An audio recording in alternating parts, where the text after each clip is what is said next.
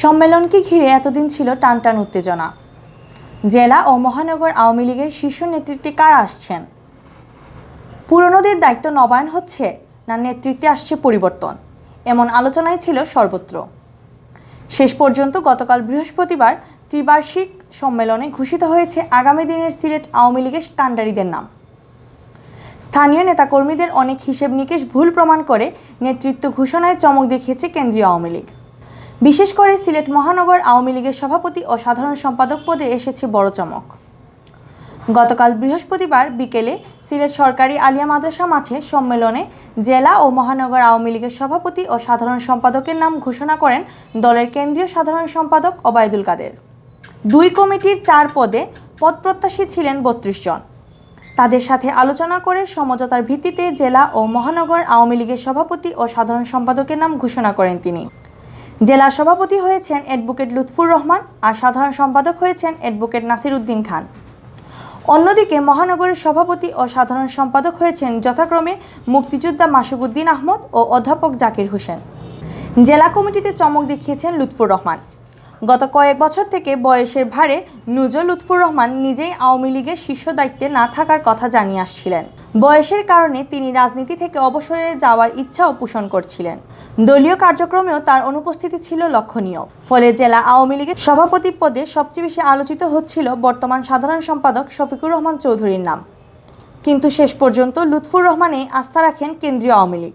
সাধারণ সম্পাদক পদে বর্তমান কমিটির সহসভাপতি শাহ ফরিদ আহমদ, যুগ্ম সম্পাদক নিজামুদ্দিন ও সুজাত আলী রফিকের নাম আলোচিত হলেও শক্তিশালী প্রার্থী ছিলেন যুগ্ম সাধারণ সম্পাদক অ্যাডভোকেট নাসির উদ্দিন খান।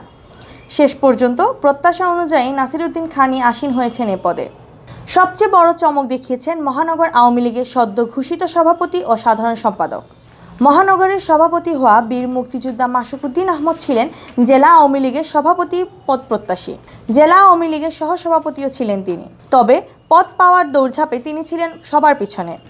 নেত্রীর উপর আস্থা রেখে তিনি অনেকটাই নীরবই ছিলেন। সেই আস্থার প্রতিদান হিসেবে তিনি পেয়েছেন মহানগর শাখার সভাপতির দায়িত্ব।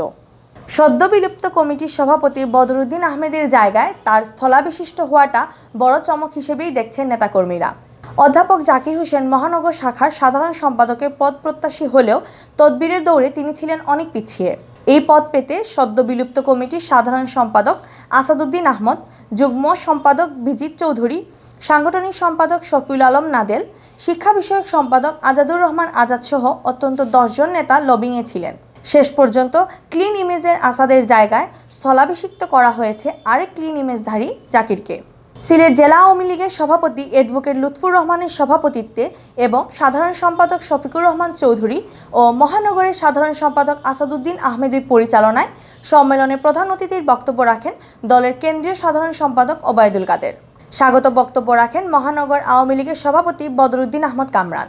বিশেষ অতিথির বক্তব্য রাখেন প্রেসিডিয়াম সদস্য নুরুল ইসলাম নাহিদ, যুগ্ম সাধারণ সম্পাদক মাহবুবুল আলম হানিফ ও আব্দুর রহমান, সাংগঠনিক সম্পাদক আহমদ হোসেন ও মিসবাউদ্দিন সিরাজ, কেন্দ্রীয় সদস্য রফিকুর রহমান, পররাষ্ট্রমন্ত্রী ডক্টর এ কে আব্দুল মোমেন, প্রবাসী কল্যাণ ও বৈদেশিক কর্মসংস্থান মন্ত্রী ইমরান আহমদ, উপদেষ্টা মণ্ডলীর সদস্য ইনাম আহমদ চৌধুরী। Chowdhury Nadira, Bangla view TV.